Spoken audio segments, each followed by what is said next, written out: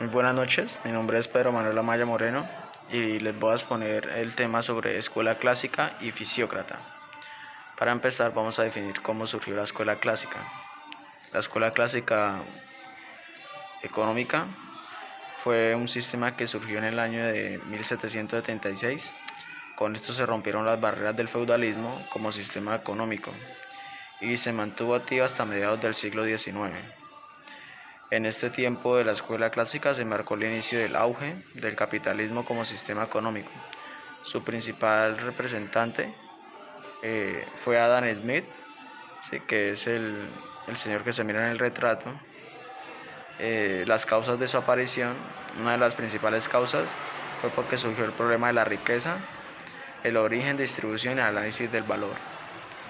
Otra de sus causas fueron los recursos que se habían destinado solo al gobernante y a sus familiares, dejando al Estado a un lado de estos movimientos económicos, lo cual no era algo justo.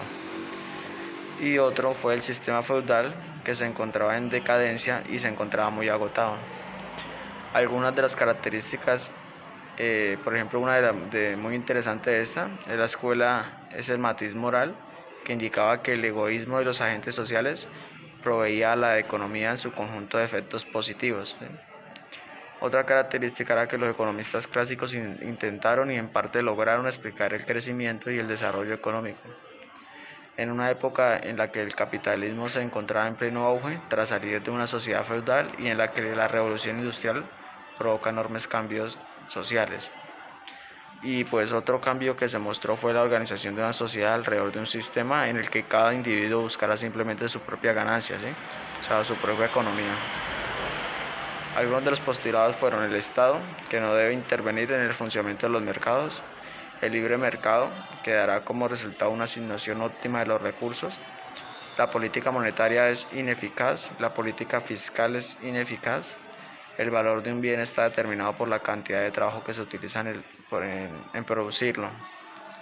La producción total está determinada por el pleno empleo de los recursos. De esta forma, la oferta está dada y los cambios en la demanda solo generan cambios de precios. Y el mercado del trabajo se encuentra en pleno empleo. Si se observa desempleo, este será de carácter friccional o voluntario, ¿sí? Algunas de las consecuencias de la escuela clásica son la caída del feudalismo, el surgimiento del capitalismo, la inversión al Estado, los incentivos y libertad de desarrollo individual, el crecimiento personal en lo económico, ya que cada persona buscaba su economía por individual, desigualdades y desproporcionalidades y desarrollo de las barreras sociales. Uno de los principales representantes fueron Adam Smith, que explicó el sistema de funcionamiento de todas las instituciones económicas, las que en su construcción son naturales y útiles para el hombre, ¿sí? Esto correspondía a la iniciativa privada que permitiría la libre competencia y la armonía del interés individual. Esta armonía se realiza a través de la ley de la oferta y de la demanda. Otro representante fue David Ricardo, que contribuyó con diferentes teorías y leyes como la renta del trabajo, de la tierra y del capital. Otra sería la teoría del comercio internacional y la teoría del valor. En teorías de rentas de capital surge la diferencia entre el precio de los productos y los costos de producción. Bien, ahora vamos a hablar de la escuela fisiócrata. La escuela fisiócrata significa gobierno de la naturaleza. Se le ha definido también como ciencia del orden natural porque fue una concepción esencial del sistema de los fisiócratas, el orden natural, ¿sí? Que es el orden establecido por Dios para el bienestar de los hombres. El origen del fisiocracismo. La fisiocracia surgió en Francia, ya que el contenido esencial de su filosofía consistía en el fenómeno de la industria extractiva y en particular de la agricultura. Muchos de los fisiócratas eran miembros de una clase de agricultores que después conformaban la nueva burguesía. Algunos de sus antecedentes, bueno, la fisiocracia surge como una reacción de tipo intelectual a la común concepción de la vida intervencionista del pensamiento mercantilista, ¿sí? Insistían que la intervención de intermediarios en varias etapas del proceso de la producción y distribución de bienes tiende a reducir el nivel total de prosperidad y producción económica, ¿sí? Algunos ejemplos de estas intervenciones eran muchas, pero los fisiócratas se fijaban en los controles gubernamentales, tales como los monopolios, los impuestos excesivos, los burgueses parasíticos y el feudalismo europeo, ¿sí? Algunos de sus aportes teóricos fueron los siguientes. Toda producción de bienes origina costos y de todos los bienes producidos debe reducirse cierto costo de otros bienes o elementos que conforman el costo total. La diferencia o excedente es el producto neto, que es el incremento auténtico de la producción, ¿sí?